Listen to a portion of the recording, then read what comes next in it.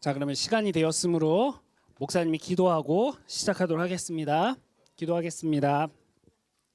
하나님 감사합니다. 오늘 이 시간 청소년을 위한 하이델베르크 요리 문답이라는 제목으로 우리가 함께 모였습니다.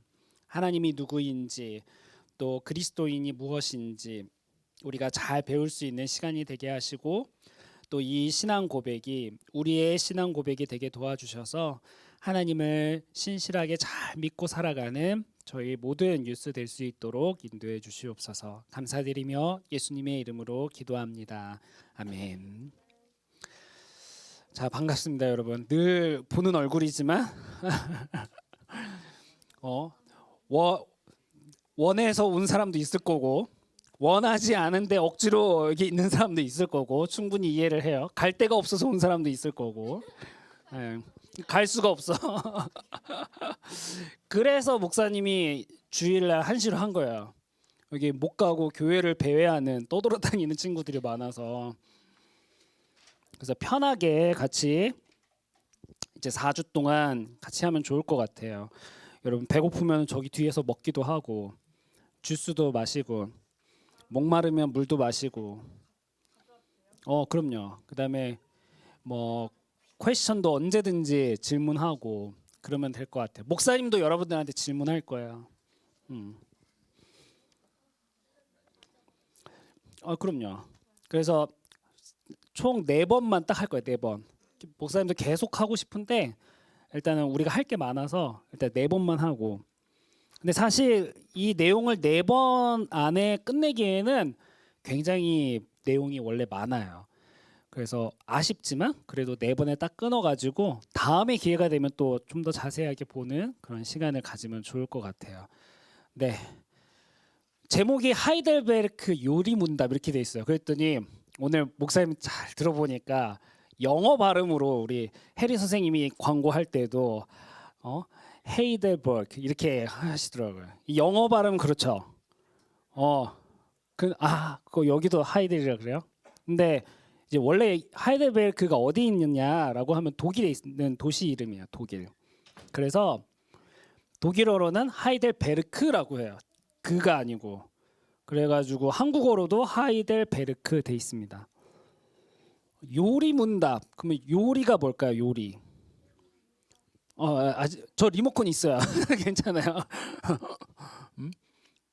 요리 그러니까 한국어로 요리하니까 쿠킹인가 뭐 이렇게 하는데 쿠킹 아니고 쉽게는 교리라고도 할 수 있죠. 교리. 근데 문답은 Q&A예요. Question and Answer. 그래서 원래 그게 이제 영어로는 catechism 이렇게 돼 있습니다. 그래서 영어로가 여러분 더 쉽죠? 하이델베르크 catechism. 그래서 이 제목을 For Youth 해갖고 목사님이 한번 지어봤고요. 4주 동안 1시부터 2시에 끝나면 좋을 것 같은데 목사님은 원래 끝나는 시간 딱 정해두고 데드는데 그때 딱 끝나거든요. 근데 뭐 여러분들 뭐 Q&A 시간도 있고 뭐 필요하면 조금 더 하고 아무튼 1시부터 2시까지 그래서 4월 2일까지 이렇게 하도록 하겠습니다. 하이델베르크가 어딨냐라고 하면 이제 유럽에 있어요. 유럽에. 그것도 Germany, 독일. 그래서 찾아볼까요? 보여요? 캐나다는 이쪽에 있죠. 이쪽에 엄청 멀리. 그러면은 여기에 이제 독일, 저머니 여기 있고 목사님 여기서 왔어요. 네덜란드 여기 있고 그다음에 독일 수도가 어디예요? 베를린 여기 있고 여기는 지도에는 하이델베르크 없는데 하이델베르크는 남쪽에 있어요. 그래서 하이델베르크 여기 이쪽에 있습니다. 근데 여기에 있는 여기서 나온 캐테키즘을 왜 우리가 공부해야 될까? 왜 우리가 봐야 될까? 그게 이제 중요한 퀘스천인 것 같아요. 이렇게 생겼어요. 하이델베르크는. 가본 사람 있어요? 저만 있군요. 네. 이 사진은 제가 찍은 거예요.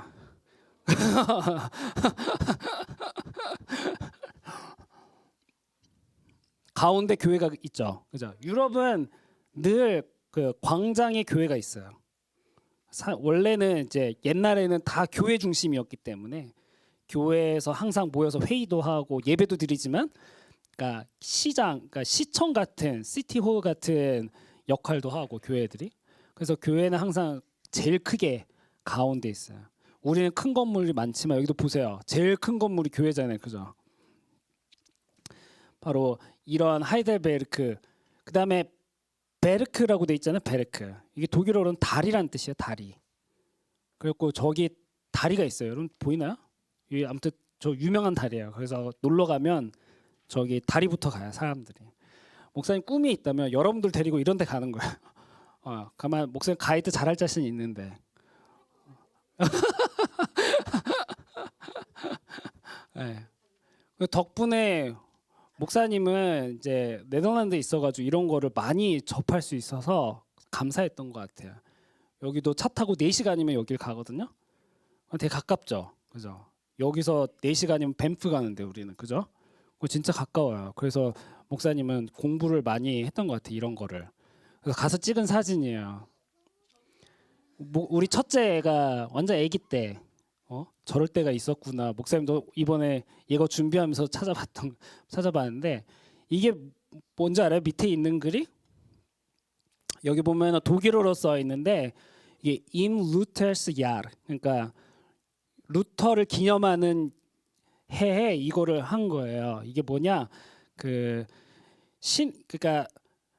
아무튼 하수구 같은 거죠. 하수구. 아무도 여기서 사진 안 찍어요. 목사님만 아는 거예요. 목사니까. 오, 이런 게 있네 이러고.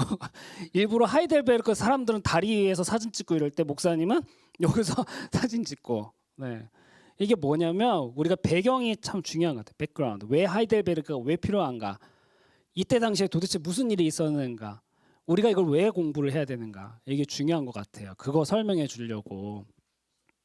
카테키즘이라는 거는 여러분 잘 알듯이 묻고 답하는 거예요. 그냥 단순하게 묻고 답하는 게 아니라 정말 필요한 것들을 물어보고 또 필요한 것들을 답을 통해서 우리가 배우고. 그래서 실제로 유럽의 많은 교회들, 그러니까 특히 프로테스탄트 교회, 개신교, 뭐 프레스비테리안 처치 아니면 리폼드 처치 이런 교회들은 그 유스가 없어요. 그러니까 무슨 말이냐면 유스 청소년부 이런 게 없어요. 교육부서가. 부모님이랑 그냥 같이 예배를 드려요. 왜 그러냐면 학교에서 배워요. 기독교 교육은. 그렇기 때문에 교회에서 따로 안 가르치는데 대신에 유스 아이들만 오후에 따로 모여서 공부를 해요. 그게 뭐냐? 하이델베르크 카테키즘 배워요. 왜냐면 옛날부터 이 카테키즘은 그렇게 만들어졌거든요. 그러니까 마틴 루터라는 사람 여러분 많이 들어봤죠? 몇 년도 사람이에요? 1500년대 사람이에요. 지금부터 한 500년? 500년 전. 엄청 오래됐죠. 그렇죠? 근데 이때가 왜 중요하냐? 이때는 사실 다 캐톨릭이었어요. 캐톨릭 처치. 근데 너무 성경에서 이야기하고 있지 않은 것들을 가르치는 거예요. 예를 들면 연옥, 퍼가토리, 연옥설 이런 거 들어봤어요, 여러분? 사람이 죽으면 어딜 가요? 여러분들은 천국, 그죠? 아니면 지옥, 그죠? 근데 캐톨릭에서는 가운데를 만들어놨어요, 가운데. 그래서 천국과 지옥에 안 가고 연옥에 가요, 연옥. 퍼가토리라는 데를 가요. 그래서 이 땅에서 죽지 않은 내 가족, 만약에 할아버지가 돌아가셨다. 그러면 손자가 열심히 여기서 기도해요. 그다음에 헌금도 하고 종교 생활을 열심히 하면 10년 동안 연옥에 있어야 할 할아버지가 한 5년 깎아줘요. 그리고 천국으로 가는 거예요. 그런 시스템이에요. 연옥설. 이게 성경에 있을까요? 없어요. 절대 없죠. 근데 이때 당시에 문제는 아무도 성경을 읽을 수 있는 사람이 없었다는 거예요. 왜? 교회가 그렇게 만들었어요. 아무도 성경 읽으면 큰일 나니까. 거짓말을 너무 많이 한 거예요, 교회에서. 그래서 들키면 안 되니까 성경을 못 읽게 했어요. 그러니까 일부러 번역도 안 했어. 그러니까 독일 사람인데 독일어로 성경을 못 읽어요. 라틴어로만 되어 있어요. 그러니까 공부를 많이 한 사람들만 알 수 있는데 그것도 아무나 못 봐요. 심지어 어떤 데에서는 그 성경책에다가 독을 발라놔요. 독. 그 성경 넘길 때 어떻게 해요, 여러분? 잘 안 넘겨지니까 침 발라서 넘기죠. 그리고 죽어요, 사람이. 그런 일도 있었어요. 그러니까 아무나 못 읽게. 그러면 이거는 목사님 준비하지 않은 얘기지만 그때 당시에 성경책 가격이 얼마나 됐을까 그러면 완전 비싸요. 그래서 환산해 봤대. 람보르기니 여러분 얼마인 줄 알아요? 람보르기니가 한 6억인가? 뭐 그런 것 같은데 그 정도 가격이에요. 그때 당시 성경 아무나 못 사는 거예요. 그러니까 그렇게 만들어 버린 거예요 교회가. 그래서 교회가 이러면 안 되겠다라고 해서 종교개혁 리포메이션 하게 되죠. 그러다 보니까 더 강조하게 되는 것이 성경이에요. 우리는 성경으로 돌아간다. 다른 것으로 돌아가는 게 아니라 성경이 말하는 대로만 한다. 가르치는 대로만 한다. 그렇게 한 게 루터를 중심으로 해서 종교개혁을 이루게 되죠. 근데 루터만 있었던 게 아니에요. 당시에 독일에는 루터가 있었다면 다른 데에는 더 또 많은 사람들이 있었어요. 독일에는 마틴 루터가 있었고 그다음에 프랑스에는 잔 칼뱅. 그러니까 이게 영어로 하니까 존 칼빈이 되지만 불어로 잔 칼뱅 이렇게 된 거예요. 그다음에 스위스에는 울리히 츠빙글리. 이건 독일어죠. 울리히 츠빙글리 이렇게 된 거예요. 그러니까 이러한 사람들이 교회가 잘못됐다. 우리는 성경에서 말하는 교회로 돌아가야 된다라고 해서 나온 것이 프로테스탄트. 우리가 지금 갖고 있는 교회 역사가 되는 거죠. 그러니까 개신교, 한국어로 하면 개신교, 프로테스탄트 처치. 이 프로테스탄트 처치 안에는 여러 교회들이 있죠. 그 중에 하나가 프레스비테리안 처치. 우리 교회가 프레스비테리안 처치잖아요, 그죠? 아니면 리포음드 처치, 뭐 이런 개신교, 메소디스트 처치 이런 교회들이 있습니다. 됐죠? 이런 사람들이 이제 나오게 된 거예요. 마틴 루터 같은 경우에는 귀족 중심으로 이제 운동을 했어요. 그러니까 가난한 사람들 말고 돈이 많고 그때는 귀족이 있었잖아요. 그러니까 귀족 중심으로 하게 됐어요. 그러다 보니까 많은 사람들이 개신교로 안 와요. 캐톨릭에 남아 있어. 왜? 그때 당시에는 돈을 많이 가지려면 권력을 가지려면 천주교 캐톨릭 쪽에 있어야 됐거든요. 그러니까 귀족 중심으로 하다 보니까 귀족들이 루터를 좋아해도 개신교로 안 오는 거, 프로테스탄트 처치로 안 오는 거예요. 근데 존 칼빈 같은 경우에는 가난한 사람들 위주로 했어요. 그러다 보니까 훨씬 많은 사람들이 칼빈을 따르게 됐죠. 그래서 루터만 있지 않고 여러 사람이 있었기 때문에 당시에는 막 이제 리포메이션 한 지 얼마 안 됐잖아요, 그죠? 그래서 어떤 사람들은 마틴 루터를 따르는 사람들이 많았을 거고, 어떤 사람들은 잔 칼뱅을 따르는 사람들 많았을 거고, 또 어떤 사람들은 울리 츠빙글리를 따르는 사람들도 많았을 거예요, 그죠? 물론 그때 당시에는 뭐 독일, 프랑스, 스위스 뭐 나라가 다르기는 했지만 그래도 그거랑 상관없이 그래서 요 세 부류의 사람들이 차이가 있었어요. 그래서 한국어로 하면 어떤 사람은 루터파 이렇게도 얘기하고 또 어떤 사람은 칼비니스트, 칼비니즘, 칼빈주의, 칼빈파라고도 이야기하고 어떤 사람들은 츠빙글리파 이렇게 이야기를 했던 거예요.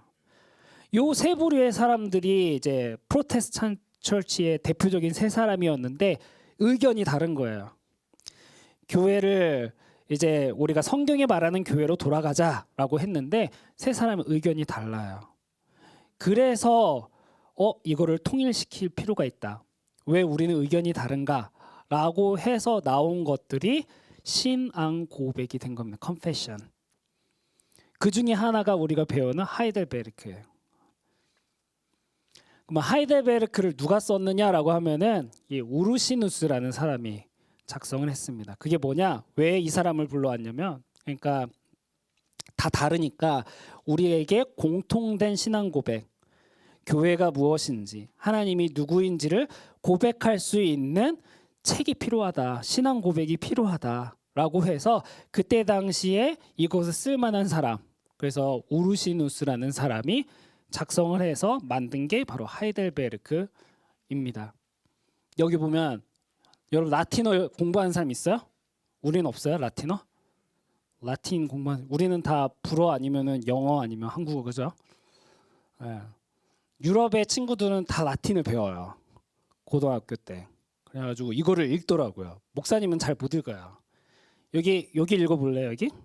여기 볼래 밑에? 이거는 이거 말고 이거는 비슷한 것 같죠? 영어랑 카테키즘이랑 비슷한 것 같고 요거 크리스티 안에 저거 V는 U로 읽으면 돼요.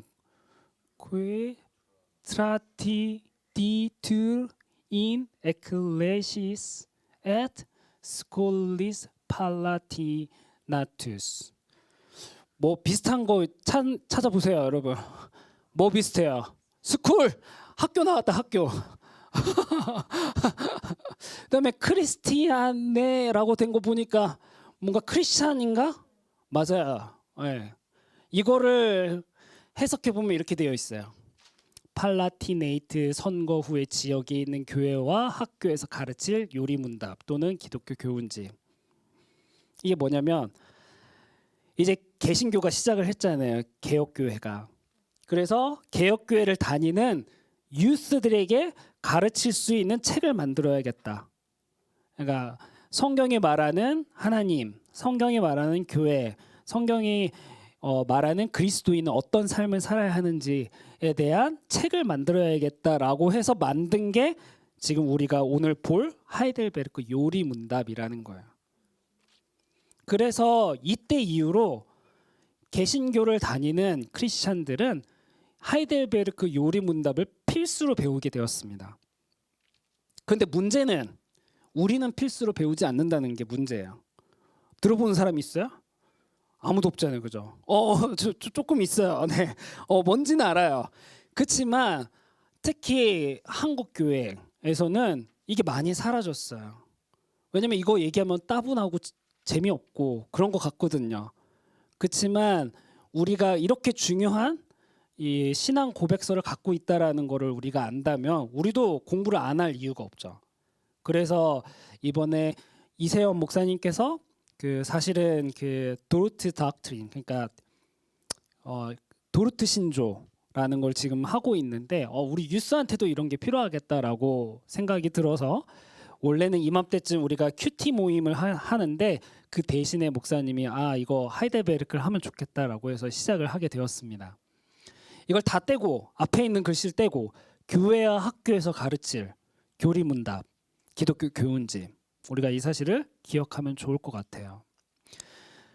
그래서 이거 그 하이델베르크를 어떻게 만들었냐 하면 아까 그 사람 있죠, 우르시누스. 이 사람이 로마서에 있는 거를 가지고 이제 그 순서를 따라서 이 문답집을 만들면 좋겠다라고 생각을 했대요. 그래서 대부분에 있는 그 구원이라든지 뭐 그런 설명들이 로마서를 기준으로 하고 있어요. 그래서 여러분들이 궁금하다면 성경의 로마서를 이번에 한번 1장부터 쭉 한번 읽어보면 도움이 많이 될 겁니다. 특별히 세 가지가 있어요. 카테고리가 세 개, 챕터가 세 개가 있어요. 크게. 첫 번째는 죄에 대하여, 두 번째는 우리의 구원에 대하여, 세 번째는 삶, 우리는 어떤 삶, 그리스도인은 어떤 삶을 살아야 되는가. 요걸 한번 합쳐보세요. 어떻게 되나. 이렇게 설명할 수 있겠죠. 우리는 죄인이어서 구원을 받을 수 없는 사람이지만 예수 그리스도를 통해서 우리는 구원을 얻을 수 있고, 그러한 그리스도인은 하나님께 감사하면서 살아야 된다. 이렇게 요약해 볼 수 있을 것 같아요.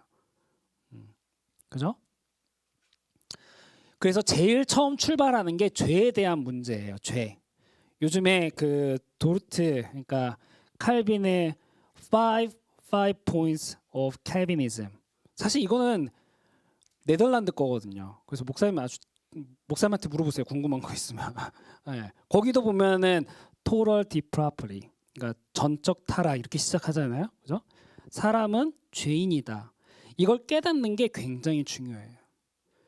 여러분도 한번 생각해 보세요. 주변의 친구들이나 많은 사람들이 이거 이야기하는 거 별로 안 좋아해요. 내가 왜 죄인이야? 나 죄 안 짓고 사는데? 나 감옥에 간 적도 없는데? 나 경찰한테 그 티켓 받아본 적도 없는데? 이렇게 얘기하는 사람도 있어요. 그런 사람 중에 한 사람이 저였어요. 저.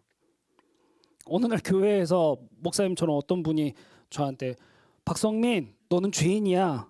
인정하지? 아니요? 그거 갖고 싸웠어요. 전사님이랑. 저는 죄인이 아닌데요. 저는 어렸을 때부터 착하다는 소리 들었는데요. 나중에 깨닫게 된 거예요. 아, 내가 정말 죄인이구나. 이걸 깨닫지 못하면 다음으로 못 넘어가요, 사실. 여러분들은 어때요? 여러분들이 죄인이라는 걸 여러분이 깨달아져요? 내가 죄인이다. 그래서 우리가 한번 보도록 할 거예요. 이 하이델베르크 캐테키즘을 요약을 해보면 각 챕터의 제목만 한번 가져와 보면 이렇게 되어 있습니다. 여러분들 이거 다 갖고 있죠? 그죠? 이거 한번 보세요. 되게 양이 많아요. 문제가 몇 문제까지 있나요? 129. 그죠? 129. 이거를 좋아하는 친구들은 뭐 목사님 아니에요. 여러분들과 같은 또래, 지금 다른 나라에 살고 있는 같은 또래의 친구들은 이거를 다 외웁니다. 외울 수밖에 없는 게 그런 거예요. 우리는 오후에 잘 아무것도 안 하지만 다른 유럽에 있는 교회들은 오후에 매주 오후에 이걸 배우는 거예요. 그러니까 유스를 몇 년 지내요, 여러분? 6년 동안 계속 이거 배우는 거예요. 그러니까 잘 아는 거죠, 그죠? 그것도 아까 전에 뭐라 그랬어요? 교회와 학교를 위해서 배우기 좋게 교훈집으로 만들었다 그랬잖아요, 그죠? 그래서 크게 52개로 되어 있습니다. 52개. 52 하면 뭐 떠올라요, 여러분? 1년에 몇 주예요? 윅스가 몇 개 있어요? 52주가 있어요, 그죠? 주일 오후에 52번을 하면은 한 번 다 보는 거야. 한 번 보는데 오래 안 걸려요, 사실. 한 30분? 그렇게 우리 지구 반대편, 우리 캐나다에서 반대편에 있는 친구들은 그렇게 공부를 하고 있어요.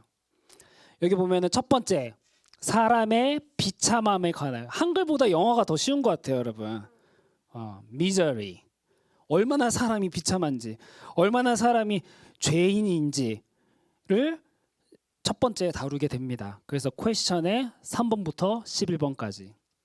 그 다음에 사람의 구속에 관하여 deliverance, 구원에 관련해서 퀘스천 12부터 85까지 되어 있습니다. 근데 여기에는 보면은 세부적으로 6개가 있죠.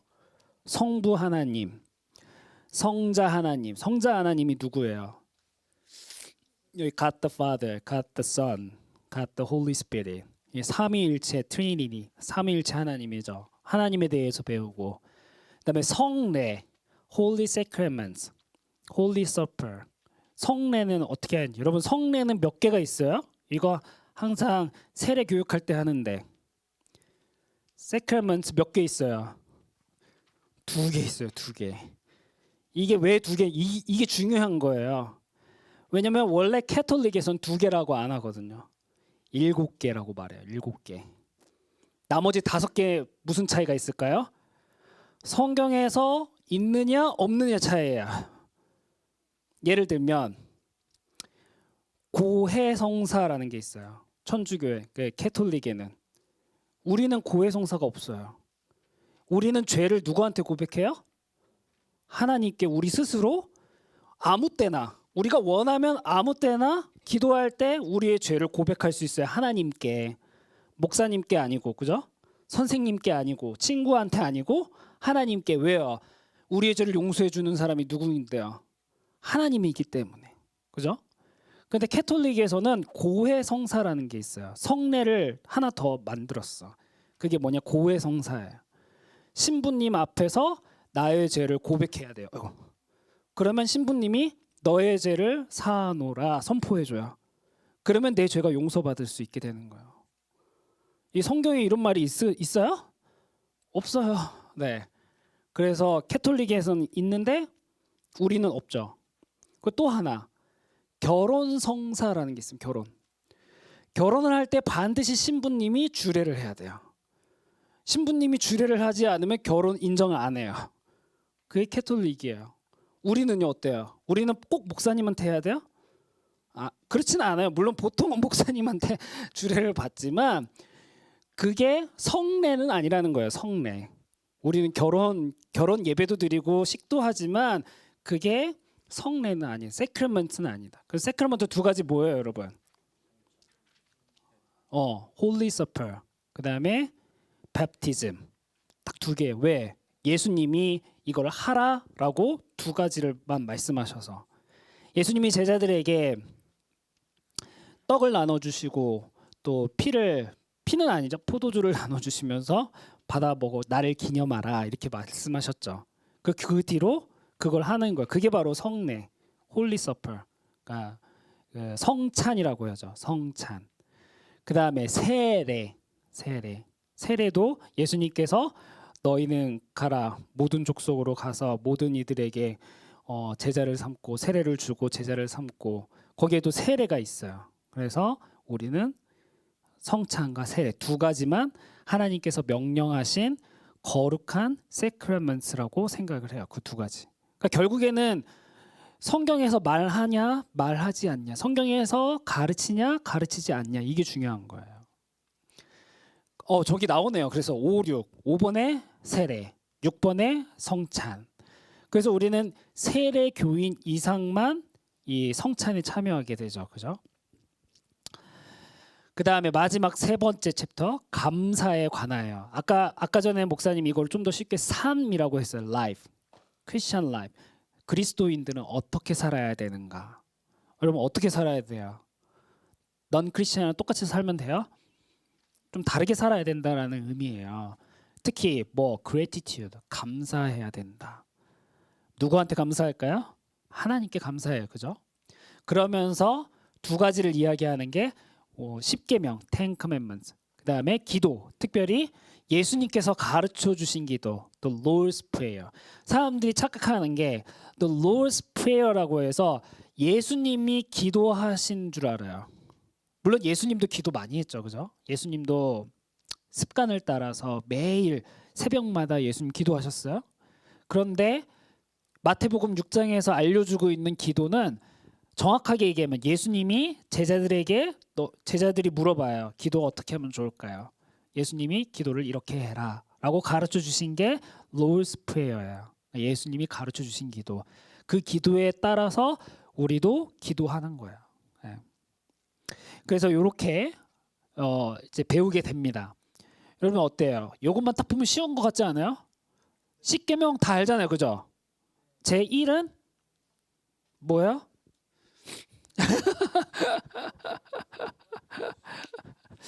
그래서 그 개혁교회에서는 늘 십계명 낭독을 해요. 예배 시간 순서에. 우리는 뭐만 있어요? 뉴스에는 지금 어퍼서스 크리드만 있잖아요. 그죠? 근데 세 개가 꼭 있어요. 어퍼서스 크리드, 마지막 예배 마칠 때는 The Lord's Prayer. 그 가운데 뭐가 있냐? 십계명 낭독이라는 게 있어요. Ten Commandments. 그래서 잊어버리지 않도록. 네, 그래서 십계명 알고 여러분. Lord's Prayer 다 알잖아요. 그죠? Our Father in Heaven, Hallowed be your name. 다 알잖아요. 그죠? 그다음 모르는 거 뭐 있어요, 여러분? 이것만 딱 보면. 성부 하나님 알아요, 몰라요, 여러분? 하나님 아버지 알죠? 예수님 알아요, 몰라요? 알죠? 성령 하나님 누군지 몰라요? 알아요? 오케이. 성례 방금 배웠네. 세례와 성찬 배웠고 다 배웠네요. 아웃라인 이렇게 잡고 한번 퀘스천 1부터 한번 이게 보는 시간을 갖도록 한번 해보겠습니다. 여러분, comfort 위로? 여러분들은 뭐가 위로라고 생각하세요? 아니면 comfort가 좀 그러면 happiness. 여러분 행복이 뭐예요? 행복이 뭐라고 생각하세요, 여러분? 그러면 한번 내가 생각할 때 나는 이때가 제일 행복했다. 있어요? 분명히 있죠. 나는 이때가 제일 행복했다. 지금이 하이델베르크 캐테키즘 배우는 게 제일 행복해 하는 사람도 있을 거고. 언제 제일 행복했어요, 여러분? 한번 생각해 보세요. 한 20초 줄게. 20초 줄 테니까 나 언제 제일 행복했지? 뭐 할 때 제일 행복하지? 한번 생각해 보세요.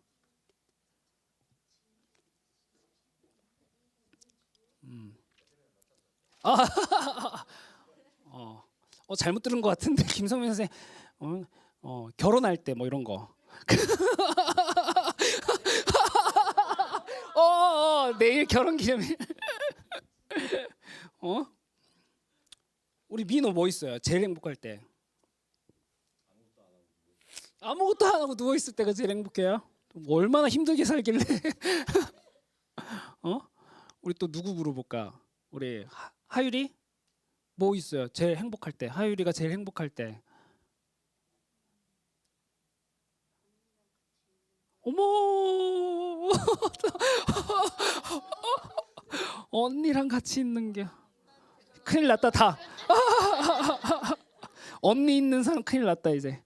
응? 그럼 또 누구 물어볼까? 유니스 뭐 할 때 제일 행복해요? 밥 먹을 때. 준 뭐? 뭔가 성취가 있을 때. 좋아요. 우리 하연이는 동생 태어날 때. 우리 선생님들 물어볼까요? 우리 다솜 선생님 뭐가 제일 행복한가요? 치킨. 우리 해리 선생님은 뭐 할 때 제일 행복한가요? 잘 때. 우리 권사님은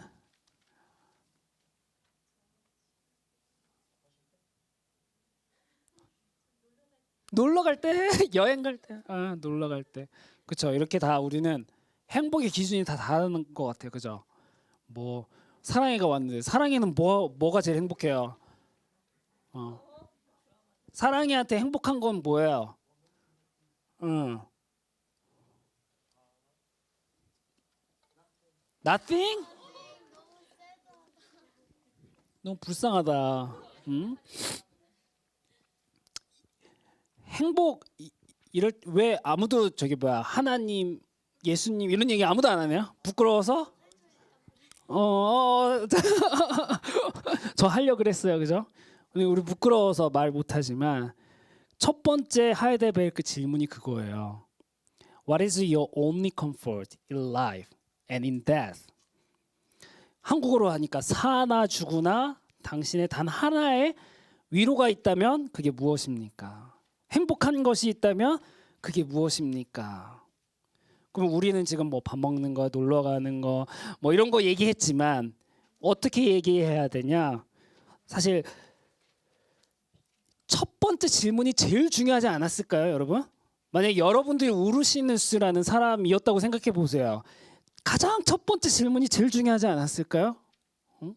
근데 거기에 답이 제일 길어요. 아무튼 답이 엄청 긴데 첫 문장만 보면 나는 나의 것이 아니고 사나 죽으나 몸과 영혼이 모두 나의 신실하신 구주 예수 그리스도의 것입니다. That I am not my own, but belong body and soul, in life and in death, to my faithful Savior Jesus Christ.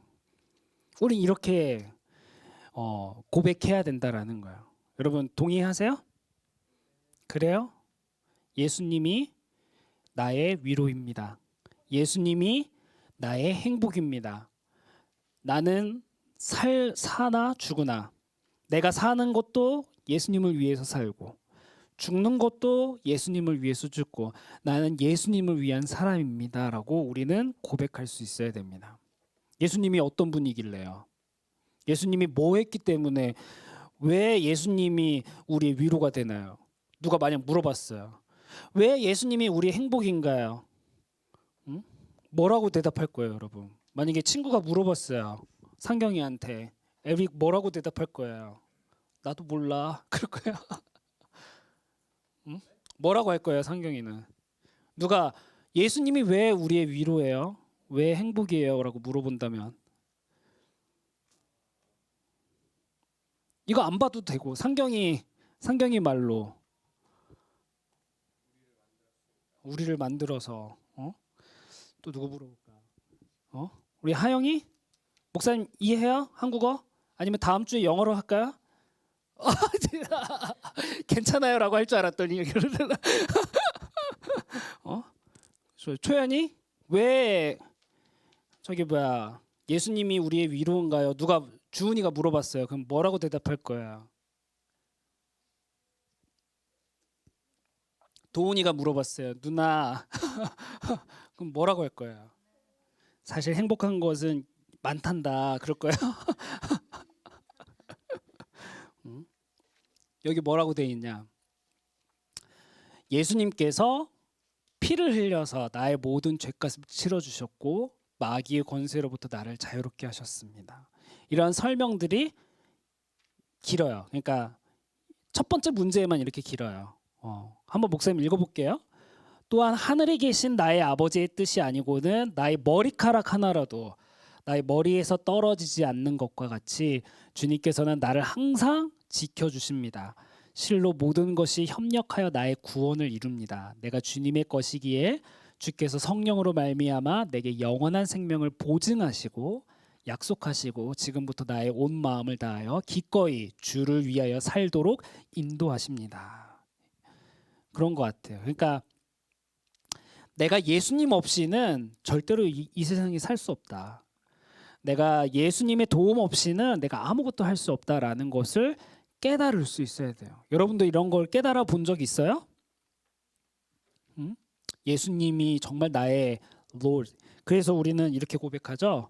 예수님이 나의 Lord다, 주인이다. 예수님이 나의 주님이시다. 그래서 주 예수님, 우리는 이렇게 고백합니다. 그러니까 결국에는 목사님이 좋은 여기 뭐 이거 뭐 접히는 이거 폰도 가지고 있지만 이것도 누구 거라는 거예요. 예수님 거. 목사님한테 너무 예쁜 딸이 있지만 이것도 누구 거예요? 내 거? 예수님 거. 그러니까 다 예수님 거라고 고백할 수 있어야 되는 거죠. 이거는 내가 죄인이라고 느끼지 않으면은 할 수 없는 고백이에요. 나는 죄인이라서 지옥에 갈 수밖에 없고 나는 죄인이라서 내 죄를 해결할 수 있는 사람은 아무도 없는데 오직 예수님만 나의 죄를 용서해 주신다. 그게 바로 여기 있습니다. What must you know to live and die in the joy of this comfort? 이런 위로의 기쁨 안에서 살다가 죽기 위하여 당신은 무엇을 알아야 합니까? 세 가지를 알아야 된대요. 첫 번째, 나의 죄와 비참함이 얼마나 심각한 것인가. 두 번째, 내가 그 죄와 비참함으로 벗어났는가. 세 번째, 나는 구원해 주신 하나님께 어떻게 감사를 드릴 것인가. 만약 여러분들 한번 생각해 보세요. 상식적으로 누군가 죄를 지었어요. 근데 그 죄를 어떻게 하면 그 죄가 없어질까요? 내가 만약에 민호 저 아이폰 되게 멋진데 하고 저거 다 훔쳤어. 그럼 죄를 지었잖아요. 그죠? 그럼 어떻게 하면 이 죄를 해결할 수 있을까요? 좋은 방법 여러분 한번 조언해 보세요. 다시 줘야 또 사과하고 또 다른 거 다른 사람 잘라요. 솔로몬처럼 잘라. 손을 자르라고요? 내 손을 또 빌어요. 막 싹싹 빌어요. 또 다른 아이디어. 하영 어떻게 하면 좋을 것 같아요? 목사님이 이해했죠? 만약에 민호 아이폰 스틸링 어떻게 해야 돼요? 그 다음에 백 그냥 돌려주면 오케이. 다 지금 돌려주는 거에 다 이제 얘기했어요. 돌려주면 오케이 돌려줬어요. 그럼 내 죄 없어져요? 어떻게 해요? 빌면 좋아요. 빌어요. 싹싹 빌어. 없어져요? 어떻게 주님? 예수님께 고백해요. 물론 정답이죠 저게. 근데 저거 일단은 이따가 얘기하고 싹싹 빌어. 그럼 내 죄 없어져요? 안 없어져요. 안타깝지만 안 없어져요. 오케이. 그러면 민호까지 이제 민호가 I forgive you. 용서해 줄게요, 목사님. 자, 그랬어요. 그러면 없어져요? 그래도 안 없어져요. 죄는 절대로 안 없어져요. 근데 우리가 이 세상을 살면서 죄를 안 지은 사람이 있을까요? 아무도 없죠. 여러분 욕해봤어요, 욕?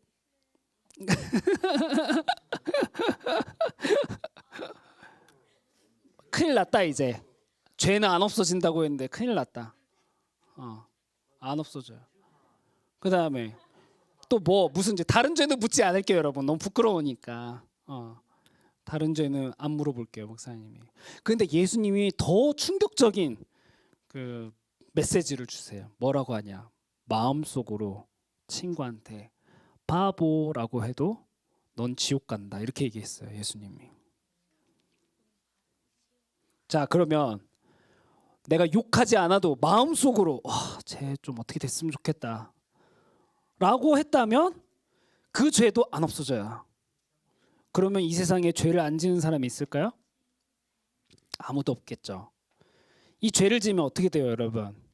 죄를 지면 반드시 심판을 받아야 돼요. judged. 심판을 받아야 돼요. 예수님 성경에서는 그 심판을 어떻게 받냐? 지옥에 간다 그러잖아요. 지옥. 그럼 우리는 다 모두 지옥에 가는 사람들이에요. 뭘 하면은 천국으로 다시 바뀔 수 있을까요? 예수님 없이. 그러니까 하나님 없이 다른 방법이 있을까요? 절대로 없는 거예요. 절대로. 죄가 없어지지 않으니까. 우리의 죄는 반드시 심판을 받아야, 한 번 죄를 지으면은 반드시 심판을 받아야 되는데 이 죄 때문에 우리는 지옥에 가는데 이거를 해결할 수 있는 방법이 아무 데도 없어요. 유일한 방법이 예수님뿐인 거죠. 예수님. 왜요? 예수님이 십자가에 달려 죽으셨거든요. 왜 십자가에 달려 죽으셨을까요? 예수님이 죄 지어서 우리의 죄를 용서해 주시기 위해서. 그래서 십자가에 달린 그 예수님을 우리가 믿고 우리의 죄를 고백하고 회개하면, 그죠? 회개하면 우리의 죄를 용서받을 수 있다라고 누가 말했어요? 예수님이 약속하셨죠. 하나님이 말씀하셨어요. 그래서 우리는 그 말씀을 의지해서, 하나님은 거짓말하지 않는 분이시니까, 예수님은 거짓말하지 않는 분이시니까 그 약속을 하셨기 때문에 우리의 죄가 용서받을 수 있다라고 믿는 거예요. 이제 이해가 돼요? 다른 아무 것으로는 우리의 죄를 용서받을 수 없어요. 그래서 예수님을 믿지 않는 사람들도, 교회 밖에 있는 많은 사람들도 이건 똑같아요. 교회 다니는 사람에게만 해당하는 문제가 아니에요. 우리에게 문제가 있다면 죄의 문제인데, 이것을 해결할 수 있는 거는 아무도 없는데, 예수님밖에 없는데 이거를 모르고 있다라는 게 가장 큰 문제죠. 그럼 우리가 이 죄가 얼마나 심각한지, 이 죄가 얼마나 미저리, 그러니까 비참한지를 우리가 이제 깨달았어요. 깨달으면 이것으로부터 벗어났는가? 두 번째, 이것으로 벗어났는가? 벗어날 수 있는 방법이 딱 하나라고 했죠. 우리 예수님을 믿을 때, 그 예수님께 우리의 죄를 고백할 때, 그리고 그 예수님께 고백해서 돌아설 때, 회개할 때 우리는 이 죄를 용서받을 수 있습니다. 근데 여기서 많은 크리스찬들이 착각해요. 내가 아까 전에 아이폰 얘기 다시 할게요. 내가 훔쳤어요. 예수님 나 용서해 주실 거죠? 당연히 예수님 오케이 하시겠죠. 그죠? 왜냐하면 성경에 나의 죄를 고백만 해도 하나님이 나를 흰 눈과 같이, 양털과 같이 깨끗하게, 여러분 생각해 보세요. 빨간색, 그러니까 아이자야에 이렇게 되어 있어요. 빨간색이 하얗게 된다. 여러분 빨간색 옷에 김치국물 묻어보세요. 이거 지우는 거 되게 어려워요. 하얀 티셔츠에.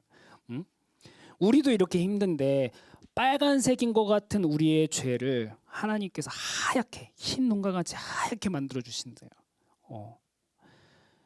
뭐 얘기하려다가 목사님이, 그러니까 우리의 죄를 고백만 하면 예수님 오케이 하시죠. 근데 오케이, 그러면 내가 죄를 지었어. 그럼 예수님께 용서받았어. 그럼 끝났어요? 안 돌려주면 돼요? 이 뭐라 그럴까, 수학 공식처럼, 러직처럼 이렇게 되는구나. 오케이, 좋아.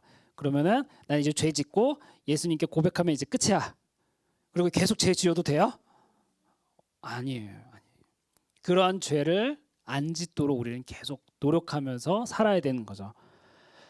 그래서 세 번째, 나의 죄를 용서해 주시고 구원, 지옥에 갈 우리들을 천국으로 인도하시는, 구원해 주시는 하나님께 어떻게 감사를 드리는가?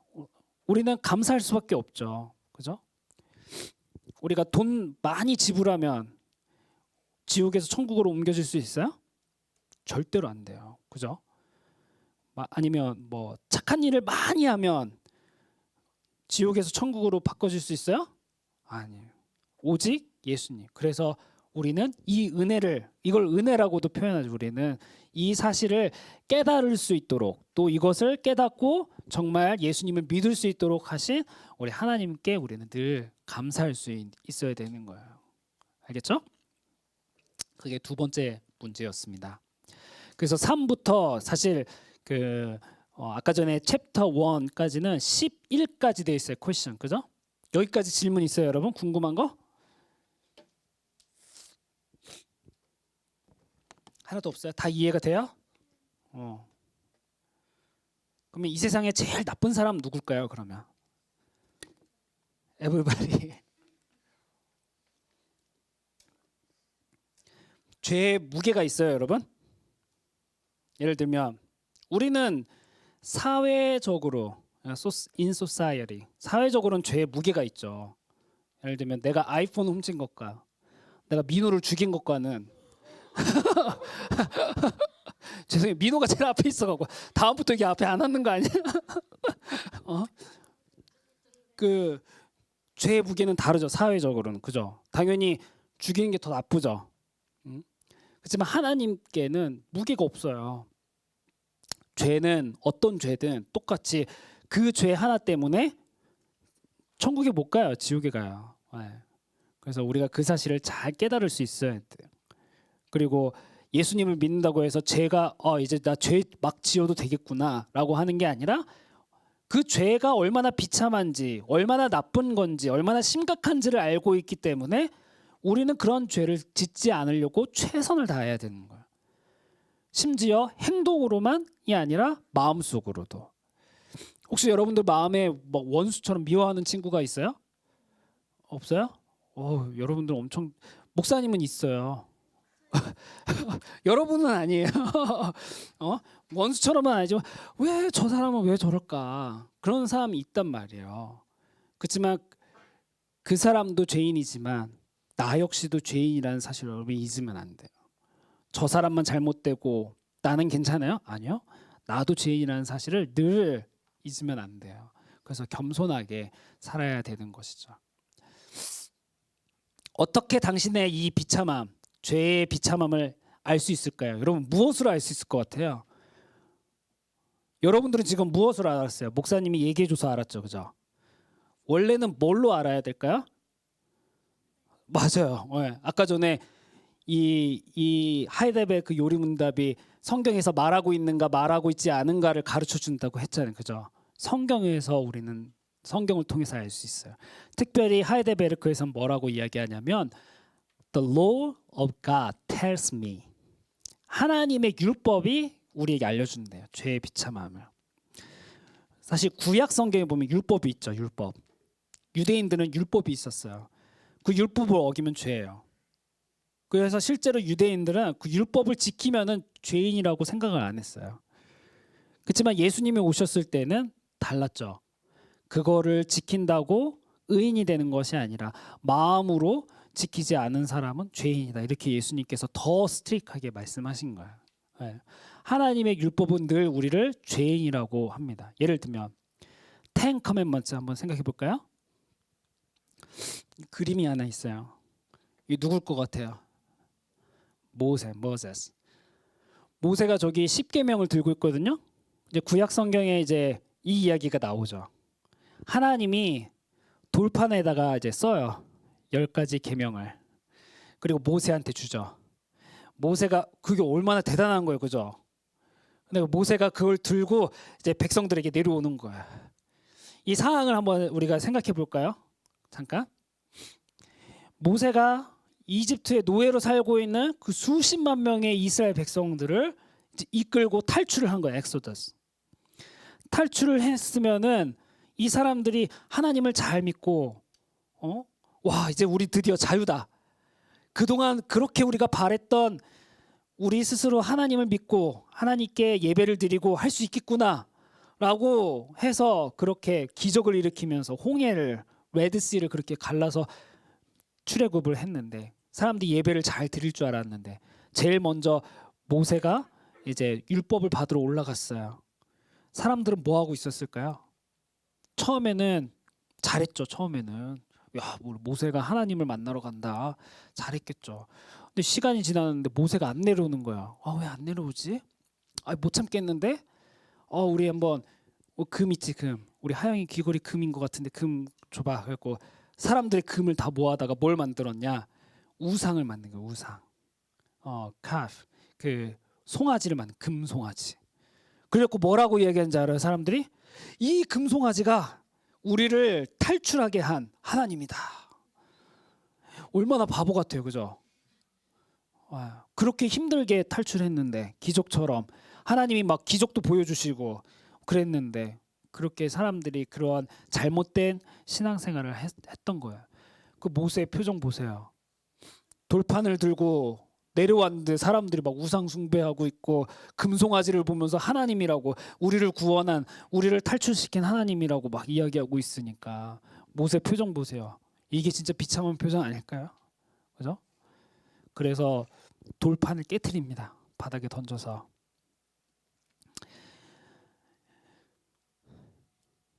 이 율법을 하나님의 율법에 보면은 여러분들 10 커맨먼트 중에 뭐 있을까? 제일 여기서 제일 쉬운 게 뭐예요? 10 커맨먼트 중에 우리가 지킬 수 있는 제일 쉬운 뭐라고요?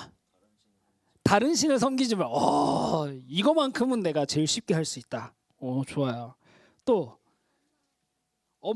진짜로 부모를 공경하라. 이게 제일 쉽대.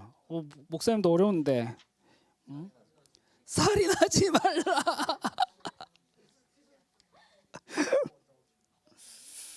자, 좋아요. 이게 진짜 아무나 못하겠다, 그죠? 살인하지 말라, 사람을 죽이지 말라. 근데 아까 뭐라 그랬어요? 예수님 마음으로 바보라고 해도 살인하지 말라 똑같다고. 살인한 사람을 죽인 거나 마찬가지라고 그렇게 예수님이 설명했는데, 그죠? 이 십계명을 완벽하게 지킬 수 있는 사람이 있을까요? 그 다음 질문이 이거예요. Can you live up to all this perfectly? 완벽하게 이걸 지킬 수 있는 사람이 있을까요? 아무도 없어요. 그래서 No, I have natural tendency to hate God and my neighbor. 우리는 원래부터 하나님을 미워하는 네이처를 갖고 있대요. 그게 바로 우리의 원래 인간의 모습이에요. 그래서 성경에서는 뭐라 그러냐? 모든 사람이 하나님의 영광에 이르지 못했대. 모든 사람이 죄인이래요. 그러면은 우리 예쁜 하루가 있지만 하연이한테도 아기가 얼마나 예뻐요? 예뻐요? 하연이 진짜 희한한 것 같아요. 아기를 저렇게 좋아. 목사님도 아기가 있지만 다 예쁠 때 다 예쁘지 않거든요. 얘가 진짜 왜 이럴까 이럴 때가 있거든요. 아기는 천사예요? 키워본 사람은 알아요. 아니에요. 아기를 천사라고 하지만 귀여운데 갓 태어난 아기가 할 수 있는 게 뭐예요? 우는 거밖에 없잖아요. 근데 이 애도 죄를 지을까요? 어떻게 알아, 하영이는? 얘래 어떻게 알아? 엄마 아빠 힘들게 하니까. 맞아요. 우리가 보는 현상은 그렇죠. 엄마 아빠 힘들게 하니까 아기도 죄인인 거죠, 그죠? 그렇지만 성경에도 아기가 태어날 때부터 뱃속에 있을 때부터 모든 사람은 죄인이래요. 죄인. 우리가 이거를 잘 깨달을 수 있어야 돼요. 우리는 원래부터 하나님을 미워하는 본성을 갖고 있다. 그 다음에 하나님만 그래요? 이웃을 미워하고. 우리는 죄를 지을 생각만 하고 사는 사람들이에요, 원래. 그러나 예수님 믿는 사람은 그렇지 않아야 된다는 거죠. 민호 질문? 이게 그래요. 그 성악설이라는 거 말 자체는 아마 목사님 이름을 까먹었는데 동양 철학의 이름이거든요. 근데 맞아요. 맞죠. 모든 사람이 악한 거죠. 네. 모든 사람이 악해. 우리 저렇게 건우가 저렇게 키가 커갖고 엄청 잘생겨졌어요. 옛날에 비하면. 근데 근데 저렇게 착하게 생긴 건우도 악하다.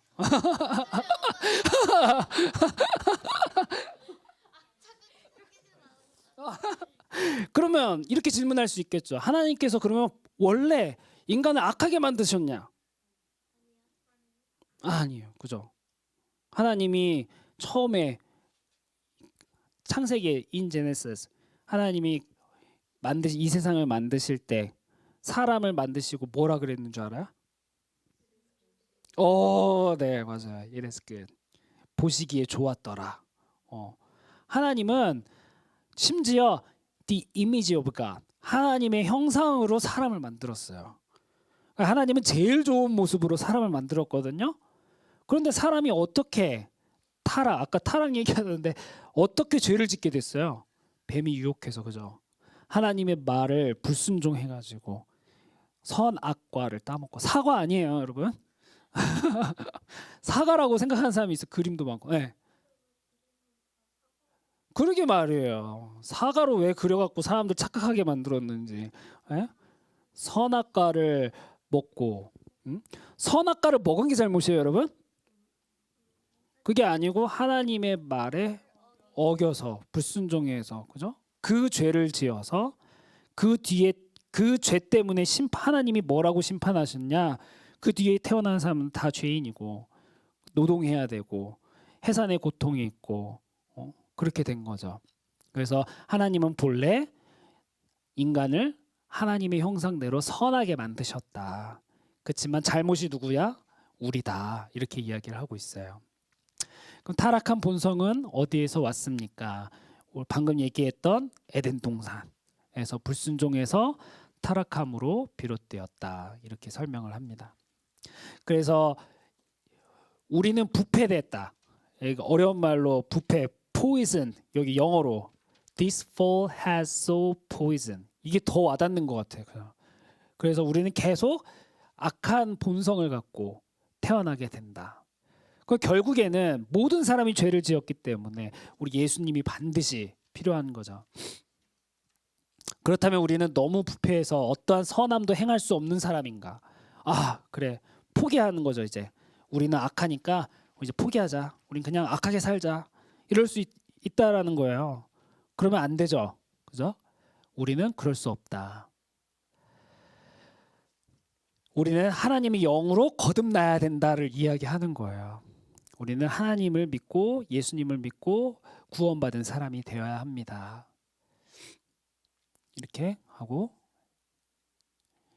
처벌도 반드시 있죠. 그죠? 처벌도 있고. 그러면 10일 마지막. 하나님은 멀시풀한 사람 아닌가?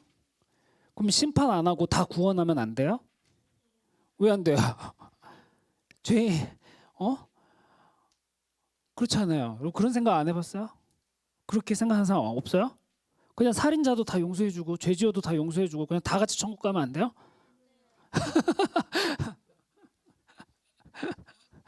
다 같이 가? 하나님은 멀시풀이고 저스트한 분이지만 뭐라고 돼 있냐? 멀시풀만 있는 게 아니고 멀시만 있는 게 아니고 저스티스도 있으신 분. 그러니까 죄를 지으면 반드시 심판하고 정의로우신 분이다. 그래서 죄에 대한 심판이 반드시 필요하다. 이렇게 설명합니다.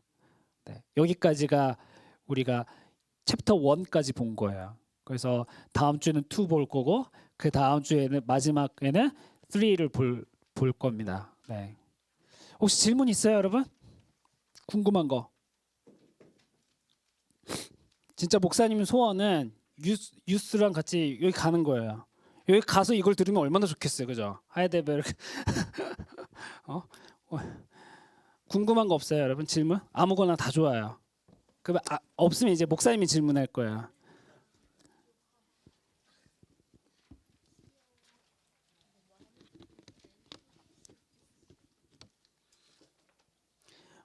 그래서 이러한 그 캐테키즘이나 아니면 컨페션 이러한 것들이 어렵게 생각 안 하면 좋을 것 같아요, 여러분. 물론 어렵죠. 왜냐하면 이거 몇 년도 거예요? 1620 몇 년도라고 써 있어요. 1563년 450년 전 건데요. 원래는 라틴어로 썼다가 원래 1562년에는 라틴어로 썼어요. 처음에는 1562년 12월에. 근데 그 다음에 독일어로 번역한 거예요. 독일어로. 그 여러분 목사님 한글을 알지만 1500년 세종대왕 이후에 썼던 한글 목사님 못 읽어요. 다르거든요. 그죠? 여러분들 중세 시대 영어 읽을 수 있어요? 본 적 있어요? 아, 본 적 없어요? 못 읽어요. 네. 그런 것처럼 원래 어려워 원래. 그렇지만 그 내용은 어렵지 않다. 내용은 사실 유스를 위해서 만들어진 거다. 여러분들 이걸 알고 잘 배워서 정말 하나님을 믿는 우리의 믿음이 더욱더 자라날 수 있는 우리 유스가 되기를 바랍니다. 특별히 이제 세례 교육 대상으로 하는 친구들이 여기 있잖아요. 조금씩. 그래서 한번 잘 생각해 보세요. 내가 예수님을 정말 믿고 있는가? 또 이 기회를 통해서 잘 배울 수 있는 그런 친구들이 되기를 바랍니다. 네. 질문 진짜 없어요? 그러면 이제 목사님 질문해야지.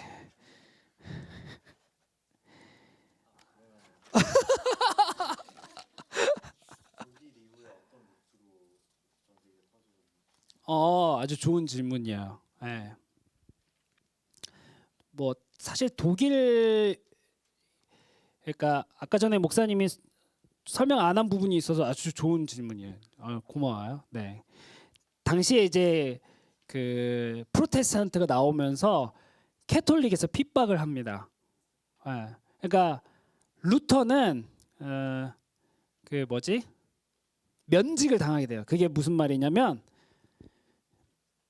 당시에는 그 군주가 있었잖아요. 그 나라 그 도시들을 다스리는.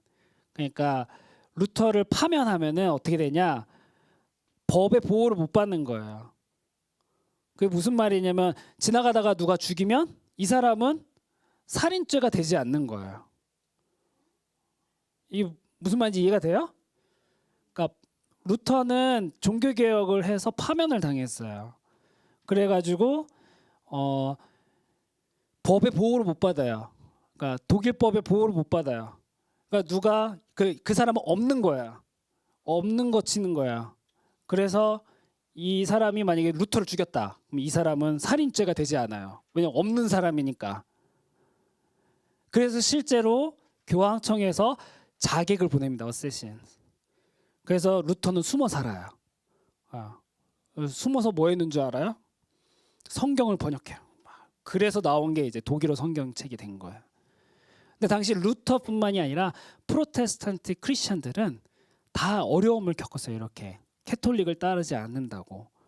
그러면서 이사도 많이 가고 이주도 많이 하고 그러면서 그때부터 북미로는 못 왔죠. 그때는 북미는 아마 목사님 알기로 1800년 이후에 그때 이제 콜롬비아가 아니고 콜럼부스가 땅 발견하면서부터 이제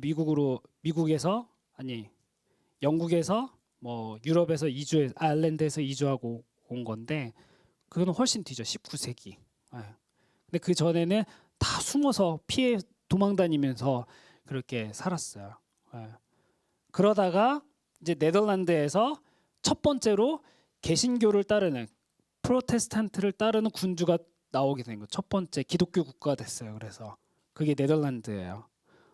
그러면서 그 지역에 그 이후로 점점 이제 개신교 나라들이 생겨나고 프로테스탄트들이 많아지면서 자유를 얻게 된 거죠. 그렇습니다, 여러분. 끝. 됐어요? 그럼 우리 기도하고 마치도록 하겠습니다. 하나님 감사합니다. 오늘 하이델베르크 요리문답 첫 번째 시간으로 우리가 이것이 왜 우리에게 필요한지 또 우리가 얼마나 죄인인지 또 예수님이 우리에게 왜 필요한지 우리가 또 잘 배우는 시간을 가졌습니다.